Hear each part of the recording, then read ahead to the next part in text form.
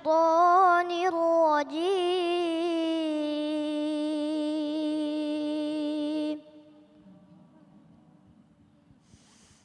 بسم الله الرحمن الرحيم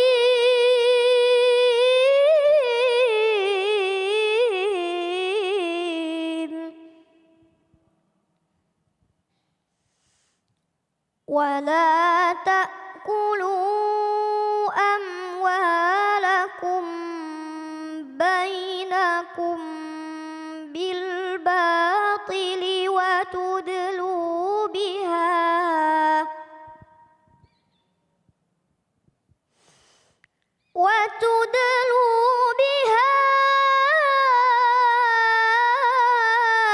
إلى الحكام لتأكلوا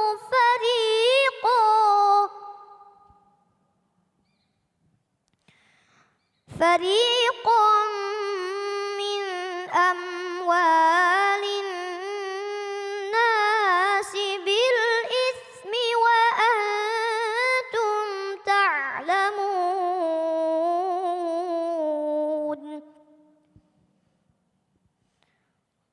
صدق الله العظيم.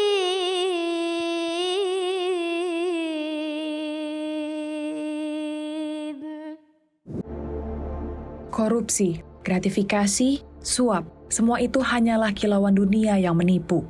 Harta haram yang tampak manis, namun sejatinya racun yang mematikan jiwa. Allah Subhanahu wa Ta'ala telah berfirman, "Janganlah sebagian kalian memakan harta sebagian yang lain dengan jalan yang batil." Setiap rupiah yang diraih dengan dusta, setiap jabatan yang diperdagangkan dengan suap akan menjadi bara api di akhirat. Rasulullah Shallallahu Alaihi Wasallam melaknat pemberi dan penerima suap. Laknat itu bukan sekedar kata, tetapi pengingat keras bahwa amanah yang dikhianati akan berubah menjadi hisab yang pedih. Ingatlah, harta halal walau sedikit adalah cahaya yang menenangkan. Harta haram walau berlimpah hanyalah kegelapan yang menjerumuskan. Maka jauhilah korupsi, gratifikasi, dan suap. Sucikan hati dengan kejujuran dan muliakan diri dengan amanah. Sebab sejatinya dunia hanyalah singgah, sedangkan akhiratlah tempat kita kembali selamanya. Assalamualaikum warahmatullahi wabarakatuh.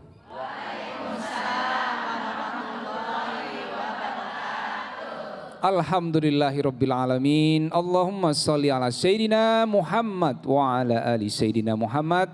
Alhamdulillah, hari yang indah kita kembali bertemu di Kalam Hati. Insya Allah sampai ke hati. Masya Allah, tadi kita sudah dibuka dengan pembacaan ayat suci Al-Quran. Dan juga ada sebuah tayangan tadi yang membuat kita menjadi berpikir dan mendoakan negeri ini. Bahwa banyak sekali kasus korupsi, gratifikasi dan lain sebagainya yang merugikan bangsa. Dan kita berdoa kepada Allah semoga negeri Indonesia Allah jaga dari segala hal yang buruk. Para pemimpinnya Allah berikan amanah yang terbaik, menjadi pemimpin yang terbaik sehingga masyarakat Indonesia menjadi masyarakat yang sejahtera. Amin ya rabbal alamin. Masya Allah, dan sekarang kita langsung akan menyapa guru-guru kita yang sudah hadir. Ada Ustazah Lulung, Assalamualaikum Ustazah. Waalaikumsalam warahmatullahi wabarakatuh. Masya Allah, sehat ya Ustazah ya? Alhamdulillah, berkat doa semuanya. Amin. Ustazah Syifa, Assalamualaikum. Waalaikumsalam Mas Dude. Masya Allah. Yang sebelah kiri Abi Pantun, Assalamualaikum Abi. Waalaikumsalam warahmatullahi wabarakatuh. Metik tomat yang ada di taman, Cakep. buat semur dan soto kaki. Cakep. Salam hormat dari saya Taufikur Rahman. Cakep. Semuanya termasuk yang lagi nonton, terus panjang umur, murah rezeki. Amin ya rabbal alamin. Masya Allah. Kemudian saya mau menyapa juga adik kita yang ngajinya bagus banget ya Bu ya. Calvin, Assalamualaikum Calvin. Waalaikumsalam Mas Dude. Waduh, Masya Allah. Calvin, tadi kan sudah ada video tentang korupsi ya. Calvin, apa yang dibayangkan Calvin kalau dengar kata korupsi? Korupsi itu adalah mengambil atau memakai uang atau barang yang bukan milik kita. Ya, terima kasih Calvin ya. Semangat terus baca Qurannya Bu ya. Mudah-mudahan jadi anak yang soleha dan menginspirasi. Dan tema kita hari ini juga berkaitan dengan kehidupan kita di dunia dan juga kehidupan kita di akhirat. Tema kita adalah kaya di dunia, bangkrut di akhirat. Kita akan kupas tema kita ini apa sebenarnya yang berkaitan dengan kaya di dunia, bangkrut di akhirat. Langsung kita dengarkan tausiah dari guru kita Ustazah Lulung. Kenapa banyak yang mengingkari sumpah terhadap agama? Assalamualaikum warahmatullahi wabarakatuh. Alhamdulillahirrabbilalamin. Wassalatu wassalamu ala nabina Muhammadin wa ala alihi washabihi ajmain amma ba'du. Alhamdulillah kita berada di kalam hati. Insya Allah sampai di hati. Kenapa sih ya? Kadang-kadang tuh ada orang yang berani banget yang namanya bersumpah tapi ingkar. Demi Allah, swear, bla bla bla. Kok berani banget ya seperti itu ya? Gimana kalau kita kupas setajam golok? Oke. Jadi yang pertama, kenapa orang kadang berani banyak sumpah? Mungkin dia nggak sengaja karena nggak tahu. Karena kan ada di dalam Al-Quran sumpah yang tidak disengaja. Oke, kalau dia nggak disengaja karena dia nggak tahu nggak apa-apa. Tapi kalau sampai disengaja dan dia tahu dan dia ingkar, ini termasuk dosa besar. Karena kalau kita sembarangan sumpah, di dalam Al-Quran dinyatakan kasih makan kafaratnya kepada 10 orang miskin. Jadi bayangin kalau kita berani bersumpah sekali, 2 kali, 3 kali dan disengaja. Berapa orang miskin yang harus kita kasih makan saudara-saudara? Understand? Jadi yang pertama jangan pernah tidak tahu atau pura-pura tidak tahu. Apalagi bilang gak sengaja kok. Kalau gak sengaja, kalau gak tahu kita harus belajar. Wala taqfu ma laisa laka bi'ilmun. Jangan kamu mengatakan sesuatu tanpa ada ilmunya, harus ngerti. Oh ternyata sumpah itu gak boleh sembarangan ya. Gak boleh kita ingkari ya, yang pertama. Yang kedua, kaget ya Ustadz, kalem gitu ya. Yang kedua adalah apa? Dia merasa itu mah enteng. Timbang sumpah doang, wallahi, taulahi, bilahi, demi Allah, demi apa? Kan suka gitu ya anak-anak ya. Demi apa? Demikian. Demi apa? Jangan sembarangan. Kenapa? Jangan pernah menyepelekan kalimat-kalimat sumpah yang ada di dalam Al-Quran, di dalam kehidupan sehari-hari. Sumpah loh, ada kayak gitu. Demi apa? Demi Allah gitu. Ada kayak gitu, na'udzubillahimin. Dan yang ketiga, alah sumpah kayak gitu memang gak dosa. Jadi menganggap itu bukan suatu dosa, itu suatu pembenaran. Kan kita harus bersumpah biar orang tuh yakin bahwa kita tuh gak begitu. Tapi kalau kita begitu dan kita ingkari, masalahnya jeng jeng jeng. Bunda, Bunda. Nah di rumah pernah bersumpah nggak nih?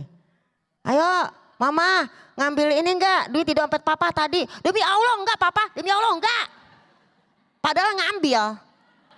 Aduh serem, dimulai dari di rumah tangga kita juga jangan sampai kita sembarangan bersumpah. Jadi yuk kita sama-sama berkata-kata yang baik. Kalau ngomong sumpah tuh harus kita kita jalankan gitu loh. Kalau emang benar sumpah, benar nih kamu nih gak ngambil, benar saya gak ngambil. Untuk meyakinkan dan kita memang benar dan jujur kita bilang demi Allah saya tidak mengambil. Itu boleh, sumpah munakot namanya. Tapi kalau misalnya kita ngambil, terus dibilang sumpah gak ngambil. Kagak demi Allah. Wah beneran demi Allah padahal ngambil. Itu namanya sumpah gomus, menipu. Ya, bohong kamu tukang bohong. Bohong janjimu palsu. Ada lagunya kayak gitu. Kalau apal berarti seumuran saya. Berarti yang hadir bukan Gen Z nih ya gitu. Ada sumpah yang tidak disengaja itu sumpah lagui gitu. Jadi mudah-mudahan kita jangan sembarangan bersumpah dengan makna demi Allah atau nyumpahin orang apa lagi. Ingat ada salah seorang ibu-ibu nih datang nih ke saya konsultasi. Bu saja gimana ya, anak saya sudah umur 35 tahun belum menikah-nikah. Saya gimana nih, saya sedekah udah, ini udah semua udah tapi dia belum juga menikah. Saya bilang, ibu pernah ngomong apa waktu anak ibu masih SMP atau SMA? Coba diingat-ingat. Kadang kita sedekah udah, sholat udah, semua udah. Kita tidak mengambil hak orang lain, pokoknya kita baik banget. Ternyata dia bilang apa? Iya waktu dia masih SMP, SMA, saya suka ngomong gini. Kamu tidur lagi habis sholat subuh, jauh jodoh kamu. Mama sumpahin jauh jodoh kamu, jauh jodoh jadinya. Jadi jangan sembarangan, kira-kira begitu ya. Mudah-mudahan kita bisa mengimani bahwa sumpah itu harus kita amalkan. Amin ya robbal. Bukan begitu kakak Dude? Baik, Masya Allah. Terima kasih Ustazah Lulung ya. Jadi sumpah itu jangan main-main. Harus ditepati ya Bu ya. Maka ada dosa besar tadi Ustazah ya Dosa kalau kita besar, melanggar sumpah ya. Ada kafarat. Ada kafarat, apalagi sama anak nggak boleh sumpahin anak. ngeri banget nih, Masya Allah ya. serem deh.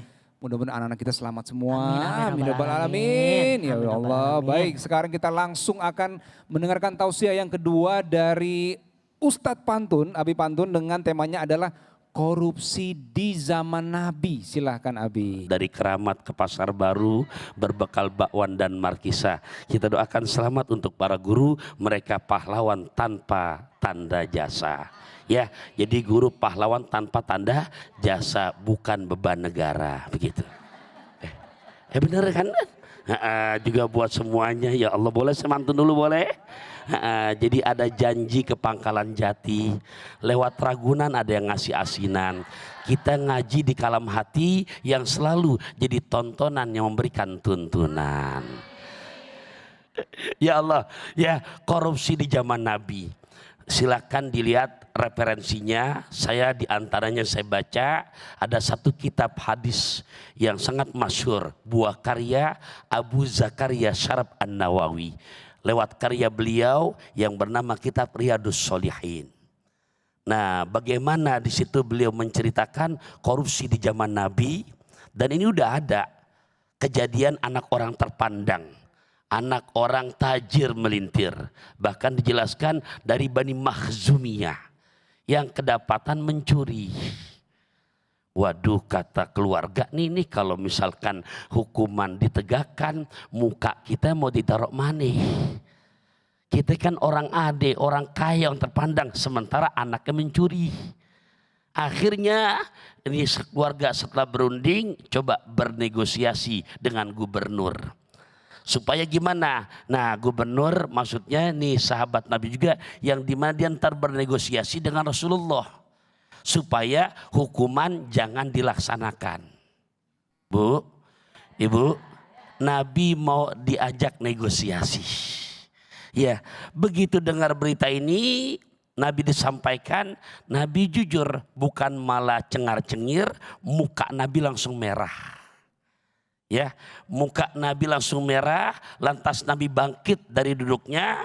Apa kata Kanjeng Nabi? Inilah penyebab hancurnya umat-umat terdahulu. Yang dimana giliran orang salah, yang dimana orang susah, hukum ditegakkan. Tapi giliran orang kaya, orang berduit yang salah, hukum itu tumpul. Nah, ujungnya nih Nabi serem nih, Nabi sumpah. Apa kata Kanjeng Nabi? Wallahi, lau anna Fatimah binta Muhammad sarakot, laqata'tu yadaha. Sekiranya putriku Fatimah nyolong, sekiranya putriku Fatimah mencuri, sekiranya putriku Fatimah korupsi, aku Muhammad yang langsung motong tangannya. Tuh, Nabi diajak untuk korupsi, diajak negosiasi, dan di zaman Nabi ini udah ada yang begitu. Nah, makanya para ayah bunda rahimakumullah, ini orang-orang yang dimana kata Nabi, al-qudatu salah satun. Hakim, jaksa, termasuk ustadz juga kali. Itu ada 3. Yang 2 nyangkut di neraka, cuman 1 yang di sorga. Ini hadis dan hadis sahih. Al-qudatu salah satun kata Nabi. Hakim, jaksa, penegak hukum yang menjelaskan halal haram itu ada 3. Yang 2 di neraka, yang 1 ke sorga. Dia orang alim, dia jaksa, dia pemutus hukum, dan dia alim, ngerti, emang boleh belajar. Tapi dia memutuskan untuk hal-hal yang sifatnya bisa untuk dinegosiasi, dibayar.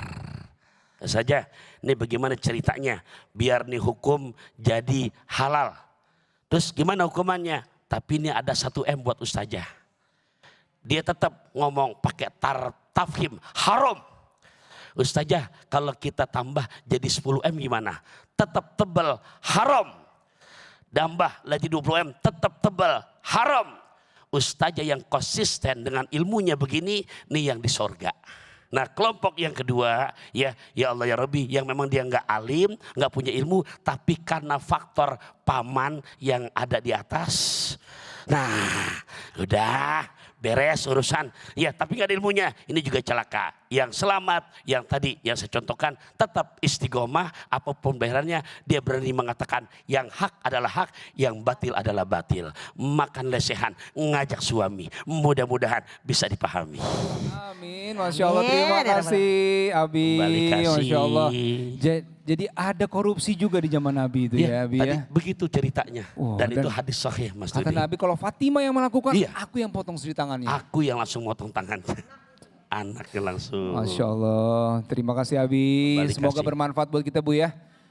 Dan ini saya belum menyebutkan nih, kita berada di tempat yang indah nih, Masjid Nurul Hidayah ya di Jalan Bintaro Raya, Jakarta Selatan. Masya Allah, semoga tempat ini jadi tempat yang berkah. Sekarang saya mau tanya ke Ustazah Sifa, nanti apa yang mau disampaikan nih terkait dengan tema kita? Kita masih bahas tentang korupsi, Mas Wah, Dude. Cuma menarik nanti ini nih. nyangkut sama kebahagiaan kita di dunia sama akhirat gitu. Kebahagiaan Efeknya dunia dan tuh apa akhirat korupsi ya. gitu. Betul Insya ya. Allah gitu. Dan juga kalau kita lihat kan nih kebijakan-kebijakan dengan anggaran besar negara, jangan sampai ini jadi lahan korupsi baru begitu ya Abi ya. Ya. Nah Betul, kita betul. berharap mudah-mudahan amanah semua buat rakyat Amin, yang sejahtera. amin, insya Allah. Amin, ya rabbal alamin. Baik, setelah ini kita akan mendengarkan tausiah dari Ustazah Sifa. Tadi sudah disampaikan, tetap di Kalam Hati, insya Allah sampai ke hati.